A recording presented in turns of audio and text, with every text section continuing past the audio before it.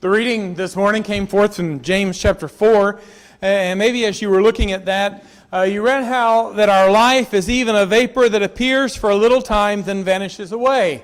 When I think about that, I think, well, we might all realize and come to think about the fact that life is short. Those who are older sometimes realize that it seems like their life has just gone by so very quickly, and they come to that end of their life.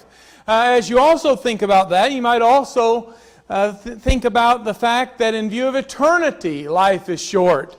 That while we have maybe 70 or 80 or more years here on this earth, that in view of eternity, that's really very small. It's just a vapor. It's just the morning mist that rises up and then vanishes away very, very quickly.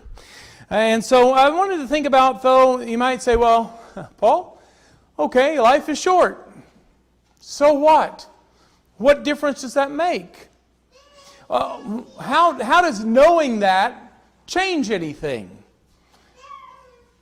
Is it going to make our life longer? Are we going to live on this earth for some extended period of time? And the answer to that's no. Life is still going to be like a vapor. But I would like to think about this morning as we study together how that might impact our life. That passage that was for us in James chapter 4, you see there that there's a man who makes plans. Today or tomorrow we will go to such and such a city and spend a year there, buy and sell and make a profit. Big plans. Whereas you don't know what will happen tomorrow, for what is your life? It is even a vapor that appears for a little time and then vanishes away. It's that morning mist that's gone just about as quickly as it comes. It vanishes away. Instead, you ought to say, if the Lord wills, we shall live or do this or that.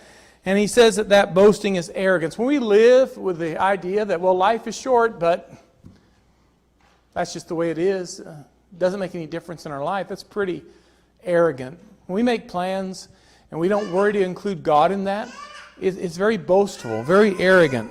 And so we'll talk about that a little bit today. I'd ask you also to read with me in Luke chapter 12. There's a man there that's spoken of, and you're familiar with this man in Luke chapter 12. And considering beginning around verse 13, what Jesus teaches there.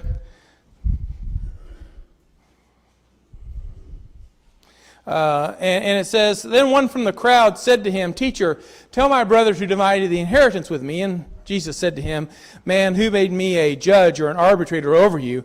And then Jesus says, Take heed and beware of covetousness, for one's life does not consist in the abundance of the things he possesses. Here Jesus is teaching these great spiritual truths, and this man says, I'm concerned about my brother not being fair with our money that our parents have left us. And Jesus says, be careful that you're being too covetous.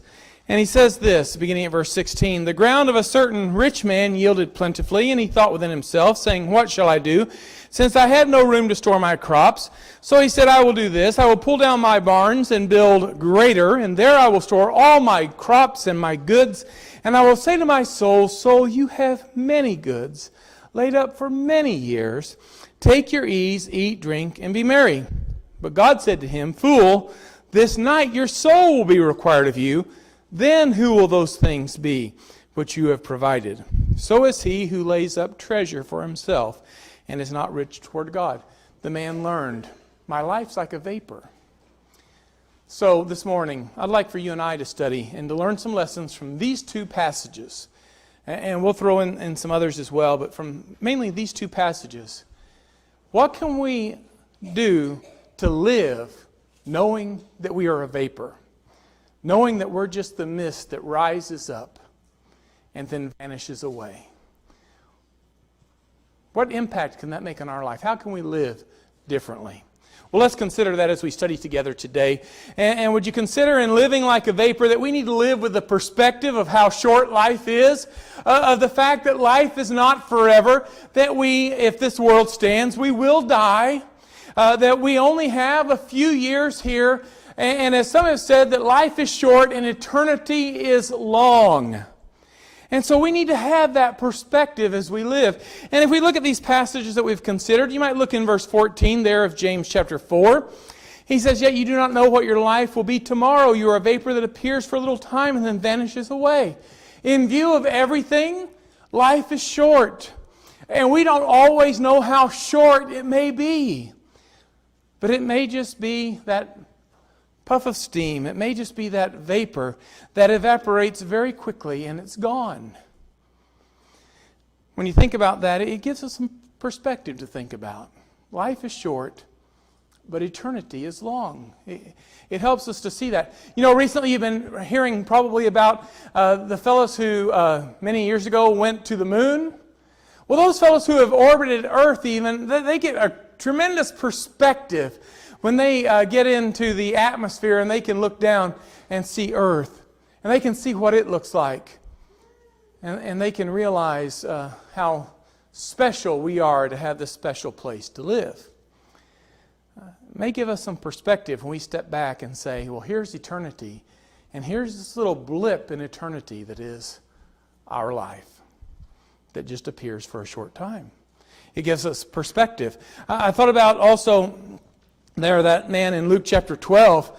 Well, God said to him, "You fool, this night your soul is required of you, and now who will own what you have prepared?" This night your soul's required.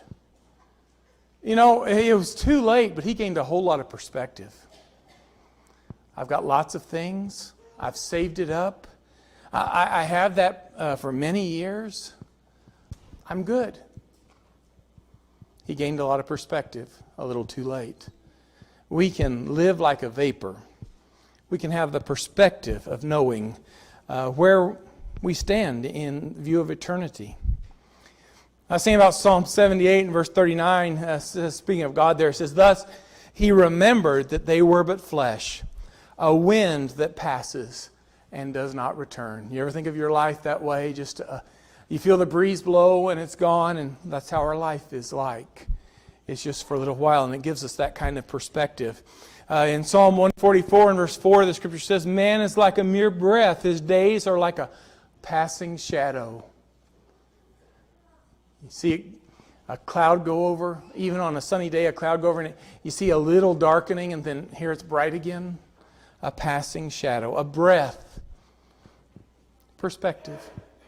It helps us to know about our life.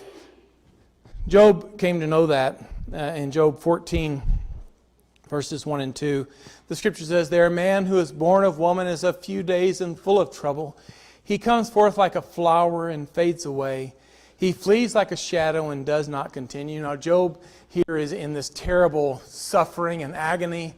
And I don't know if he took comfort or if he's mourning this or not, saying life is short and look how miserable mine is. Or if he's just saying maybe I won't have to endure this much longer. But life is short. Perspective. I want to encourage us all to live like a vapor. To realize that we don't have forever. And so we do have eternity with God. But here on earth, the opportunities that are here are just for a little time. You've got today. Maybe not all of that. Life comes and goes quickly. Opportunities to obey God come and go quickly. Opportunities to prepare come and go very quickly. And so we need to make the most of that. Well, let's consider as we think about that just a little further, that in addition to when we live like a vapor, we have the right perspective, but we realize the priority of that. We realize how important every moment is. If it's just that shadow that passes over, if it's just that breath, if it's just that morning dew that evaporates away, that means that I only have a limited time to get the things that I need to do done. And so it needs to take great importance. And I have to realize that there's things that I have time for, and there's things I don't have time for. I have time to obey God, to prepare for eternity, to live for Him. I've got time to obey the gospel. I've got time to be faithful. I've got time if I need to be restored this moment. I've got that. But I don't have time for things that are, as we talked about in class this morning, distractions that lead us astray. My life is short, And so I need to prioritize what really matters. Look there in James 4. Instead, you ought to say, if the Lord wills, we shall do this or that. Oh, I got great plans. I'm going to go to that city and I'm going to spend a whole year there and things are going to be great and the business is going to be booming. Big plans. The man who it mentions there may not have had time for that. If the Lord wills, is what we have time for. Doing the things that please Him. Doing the things that He has set out for us to do. When you look at the man in Luke chapter 12, it says, when the man here who has wasted his life and that night his soul is required of him, and it says, so is the man who stores up treasure for himself and is not rich toward God. He didn't know what was important. He had a limited lifespan. I hope that all of you have many years here. I hope that you enjoy and that those are pleasant years. But even for the longest life, there are only a few. And so figure out what's really important.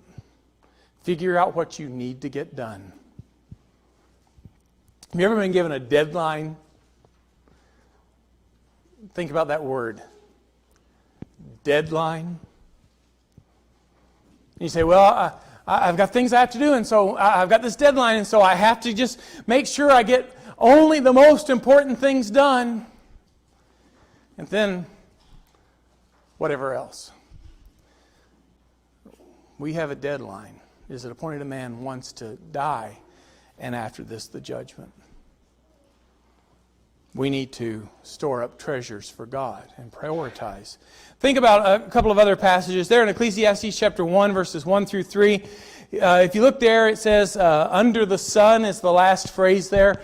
Here on earth, there are lots of things that gain our attention and want to take us away from what we need to do. And it says, the words of the preacher, the son of David, king in Jerusalem, vanity of vanities, says the preacher. Vanity of vanities, all is vanity. What profit has a man from all his labor which he toils under the sun? You can waste your life and not serve God. In Luke chapter 10, I thought about Mary and Martha there. Remember here, Jesus is teaching at their house, and Mary is there. The way I read it, Mary is there front and center, and she's hearing the words of Jesus. And it says, when Martha says, I'll paraphrase, would you please tell her to give me a hand? There's a lot of serving to be done with all these people. Jesus said to her, Martha, Martha, you are worried and troubled about many things, but one thing is needed. Martha, get the priority right. And Mary has chosen that good part that will not be taken away from her. Guess what? People are going to need to be served tomorrow. You're going to have people that you're going to need to clean the kitchen. You're going to need to cook. You're going to need to take care of the house. You're going to need to take care of other people all the time. They had Jesus with them teaching right then. Mary chose something that was better. Martha was interested in a good thing, serving. Mary chose something better. She had her priority. In this case, they were only going to have Jesus for a little while. We only have the opportunity of life for a little while. Get our priorities in line. Let's look at one more. When you live like a vapor, you might consider that you need to live that time with purpose. I've only got a while. My life is like a vapor. And so I need to give meaning to that life that I have. When we look in James 4, but it says, but as it is, you boast in your arrogance. All such boasting is evil. Therefore, to one who knows the right thing to do and does not do it, to him it's sin. He's saying your life is short. Get things important done, prioritize, and have some purpose and some meaning to your life. You know the good thing to do. Do it because your life is short. I'm not ready for us to stand and sing just yet. But if you need to obey the gospel, you know the right thing to do it. You know the right thing to do it. You know you need to be restored. Do it. You know the right thing. Just do it.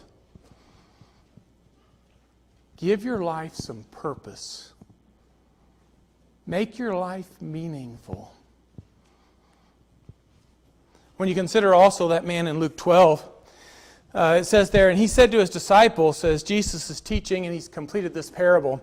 He says, for this reason I say to you, do not worry about your life as to what you will eat, nor about your body as to what you will put on. The man, he had big barns, and he had lots of stuff in those barns, and he still needed to be ready to die, and he wasn't. He says, not to give that idea of food and clothing, but he says, for life is more than food, and the body more than clothing. In fact, if we go on there in verse 31, he says, but seek His kingdom, and these things will be added to you. There is not great purpose in nice clothes and fancy meals. There is great purpose in seeking God's kingdom. Consider also there in Romans chapter 8. I take comfort in this passage. We like that idea of all things working together for good. That's a great thing. In other words, God has our interest in mind in all things. He's wanting what is best for us. But look who all things work together for good for.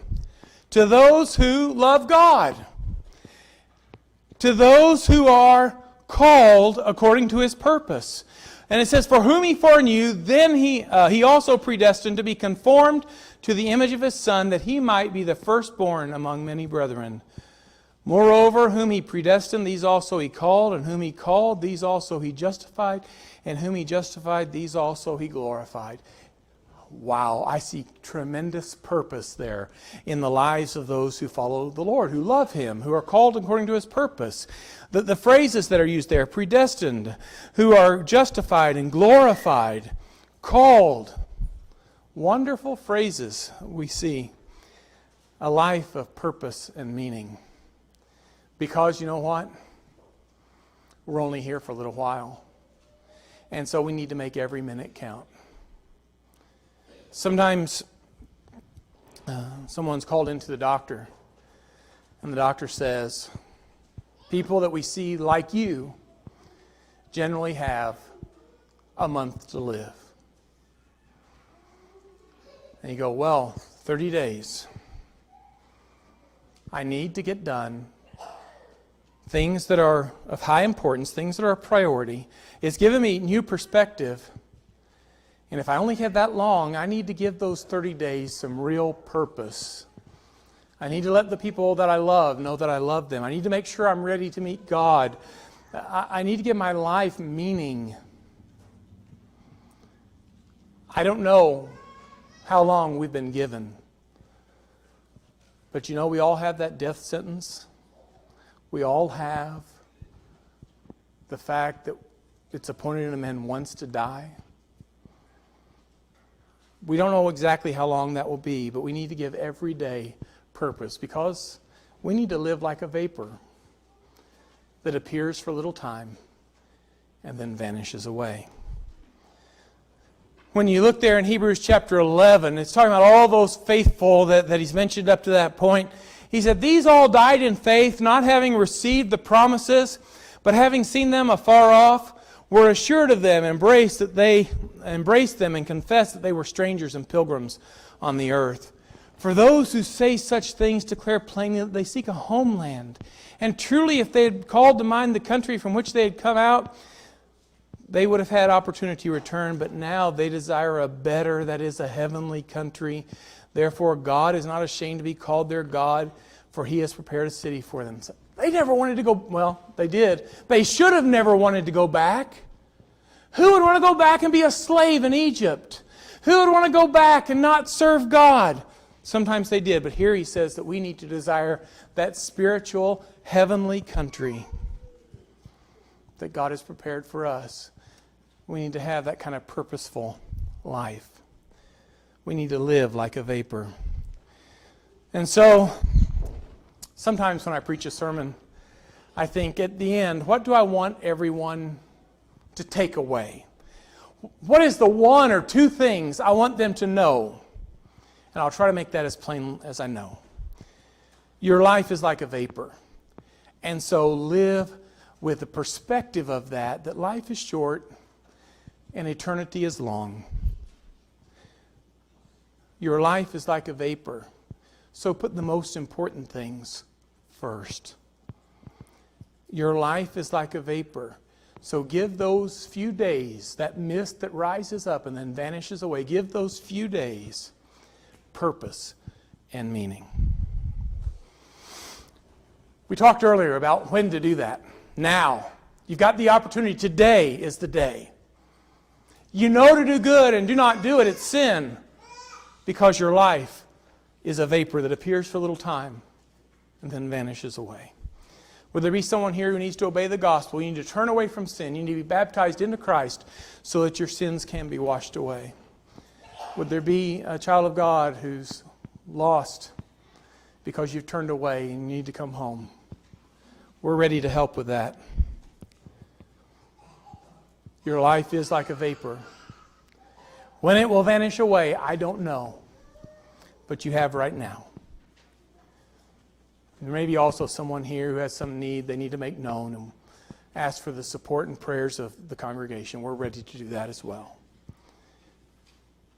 If we can help in any way for you to be faithful to the Lord, to be able to live like a vapor, but have the comfort that though this life is very short, you can be with God in everlasting life.